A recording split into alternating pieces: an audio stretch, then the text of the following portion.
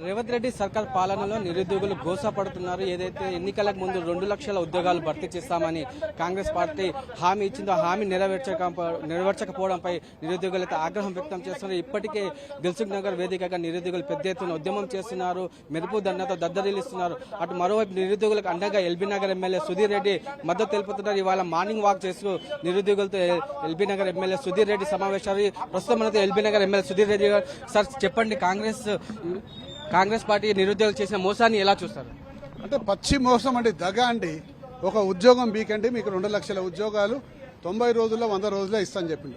దాని తర్వాత గ్యారంటీలు అని చెప్పేసి ఇలా జాబ్ క్యాలెండర్ ఇస్తాము, నిరుద్యోగ భృతి ఇస్తాము, దాని తర్వాత నోటిఫికేషన్లు ఇస్తామని చెప్పి గ్యారంటీగా పెద్ద పెద్ద మనుషులందరూ కూడా పట్టుకొని ఆ రోజు ఎన్నికల ముందల్లో ప్రజల వద్దకు పోయి నిరుద్యోగుల వద్దకు పోయి మీకు గ్యారంటీగా ఇస్తామని చెప్పి నమ్మబలికిండ్రు. ఈ రోజు 2.5 సంవత్సరాలు 3 సంవత్సరాలు పూర్తిగా వస్తుంది. కేవలం 13,000 ఉద్యోగాలు తప్ప ఇంకొక ఉద్యోగానికి నోటిఫికేషన్ ఇవ్వలేదు. ఎందుకు ఇవ్వలేదని చెప్పేసి అంటే గతంలో ఇచ్చిన నోటిఫికేషన్లు, అంటే కేసీఆర్ గారు ఇచ్చిన నోటిఫికేషన్లు, వాటి ద్వారా జరిగిన పరీక్షలు, వాటి జాగా జరిగిన ఇంటర్వ్యూలు, వాటి జాగా జరిగిన నియామక పత్రాలని సిద్ధంగా ఉన్నప్పుడు ఎన్నికల నోటిఫికేషన్ వస్తే ఎన్నికలు అయిపోయిన తర్వాత ఈ ప్రభుత్వం పంచి అవి కూడా మేమే చేసినాం, మా ఖాతాలో వేసుకుంటామనే సిగ్గులేని తనాన్ని ఈ ప్రభుత్వం ప్రదర్శిస్తుంది. గతంలో కేసీఆర్ గారు 1,50,000 ఉద్యోగాలు ఆ రోజుల్లో ఇవ్వడం జరిగింది. కానీ ఇప్పుడు ఏమాత్రం కూడా నోటిఫికేషన్లు ఇవ్వకుండా ఉద్యోగులు వస్తున్నందరూ కూడా పోస్ట్ గ్రాడ్యుయేట్స్ పిహెచ్డీలు చేసిన వాళ్ళందరూ కూడా ఇలా ఆస్పిరెంట్స్ అడ్డా అని చెప్పేసి ఒక టీ పాయింట్ పెట్టుకొని బతికే పరిస్థితి ఏర్పడ్డది. ఆ బతికే పరిస్థితి కూడా అందరికీ లేదు. కొంతమందికే స్తోమత ఉన్న వాళ్ళకి అటో ఇటో అప్పు సొప్పు చేసేసి లక్ష తెచ్చుకొని అడ్డా పెట్టుకుంటున్నారు. మిగతా వాళ్ళకి ఆ 1,00,000 అప్పు కూడా పుట్టక నిజంగా చాలా దయనీయమైన పరిస్థితిలో యువత కొట్టమిట్టాడుతుంది. కాబట్టి యువతకు న్యాయం కావాలంటే, యువతకు న్యాయం జరగాలంటే మీరు చేసిన వాగ్దానాన్ని నెరవేర్చండి. కొత్తగా మేమేం కోరికలు అడుగుతలేము, కొత్తగా మాకు యువకులకు అది కావాలి ఇది కావాలని అంటలేము. మీరైతే వాగ్దానాలు చేసిండ్రో 2 లక్షల ఉద్యోగాల నోటిఫికేషన్ ఇస్తున్నారో అది ఇవ్వండి చాలు. మా బతుకు మేము బతుకుతాము, మా ఉద్యోగాలు మేము అందులో కాంపిటీషన్ ఎగ్జామ్లో చదివి పాస్ అయ్యి మేము బతుకుతామని చెప్పేసి ఈ యువత దయనీయంగా ఇవ్వాలనే విధంగా ప్రభుత్వాన్ని కోరుతా ఉంటే ప్రభుత్వ పెద్దలందరూ కూడా వీళ్ళని పేడ్ ఆర్టిస్టులు, వీళ్ళంతా పేడ్ ఆర్టిస్టులు అంట, బీఆర్ఎస్ పార్టీకి సంబంధించిన పేడ్ ఆర్టిస్టులు అంట. మరి వీళ్ళంతా నిరుద్యోగులు, వీళ్ళు పేడ్ ఆర్టిస్టులు ఎట్లయితారు? మరి ఆ రోజు నియనకది తిరిగినప్పుడు పేడ్ ఆర్టిస్టులు గారా, మరి ఈ రోజు పేడ్ ఆర్టిస్టులు అవుతారా అని చెప్పి ఈ సందర్భంగానే ప్రభుత్వాన్ని ప్రశ్నిస్తున్నా.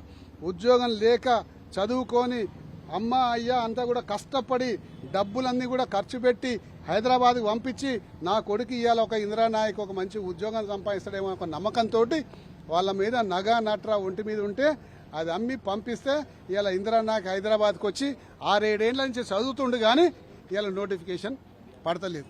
చదివి పుస్తకాలలో ప్రతి అక్షరం కంఠస్థం అయిపోయింది కానీ ఇప్పటికీ నోటిఫికేషన్ లేదు.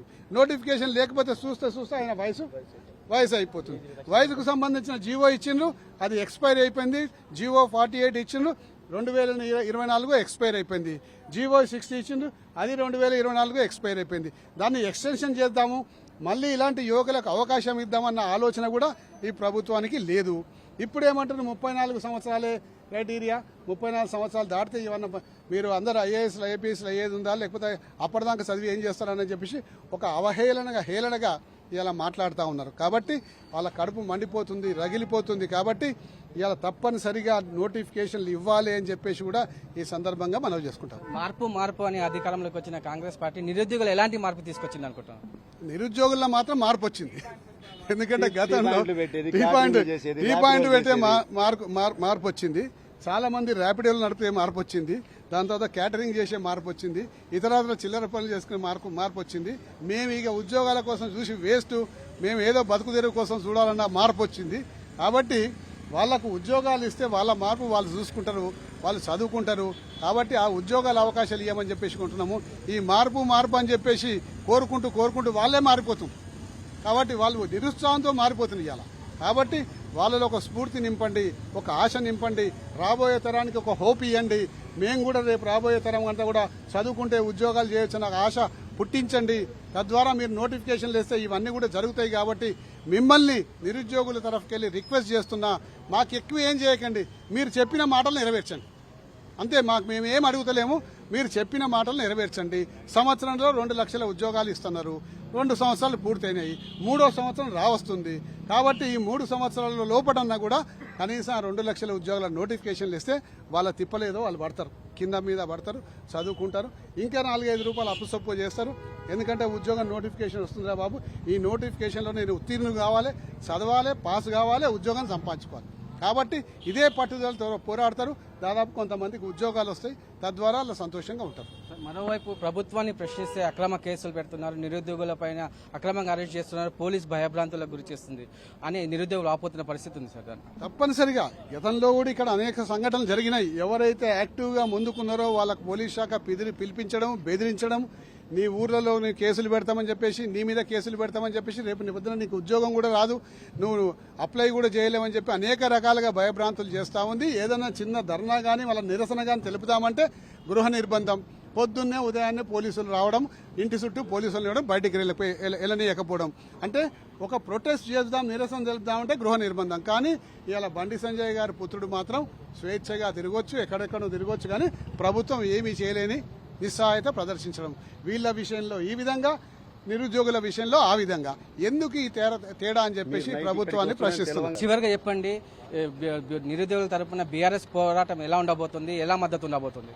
అంటే నిస్వార్థంగా మేము బీఆర్ఎస్ పార్టీ వీళ్ళకి అండగా ఉంటాం, ఖచ్చితంగా వీళ్ళ తరఫున పోరాడతాం. వీళ్ళు ఏ అడుగేస్తే అంతకన్నా ఒక అడుగు ముందుకేస్తాం. మీ ముందు మేము ఉన్నాం రా బాబు, ఖచ్చితంగా మీకు అండగా ఉంటామని చెప్పేసి వాళ్ళు ఏ పోరాటం చేసినా మనస్ఫూర్తిగా వాళ్ళకి అండగా ఉంటాం. మొత్తానికి చూసుకున్నట్లయితే ఏదైతే కాంగ్రెస్ పార్టీ ఎన్నికలకు ముందు హామీ ఇచ్చిందో 2 లక్షల ఉద్యోగాలు, హామీ ఏమైందని ఎమ్మెల్యే సుధీర్ రెడ్డి ప్రశ్నిస్తున్న పరిస్థితి ఉంది. ఏదైతే హామీ ప్రకారం ఉద్యోగాలు భర్తీ చేయాలని ప్రధానంగా డిమాండ్ చేస్తున్నారు. మరోవైపు నిరుద్యోగుల పోరాటానికి బీఆర్ఎస్ పార్టీ పూర్తి మద్దతుగా ఉంటుంది. నిరుద్యోగుల పట్ల కాంగ్రెస్ ప్రభుత్వం మొండి వైఖరి వ్యవహరిస్తుంది. నిరుద్యోగుల పట్ల బీఆర్ఎస్ పార్టీ పూర్తి మద్దతు ఉంటుందని బీఆర్ఎస్ ఎమ్మెల్యే సుధీర్ రెడ్డి అంటున్న పరిస్థితి ఉంది. వీడియో జర్నలిస్ట్ చందుతో యాసర్, టీ న్యూస్, హైదరాబాద్.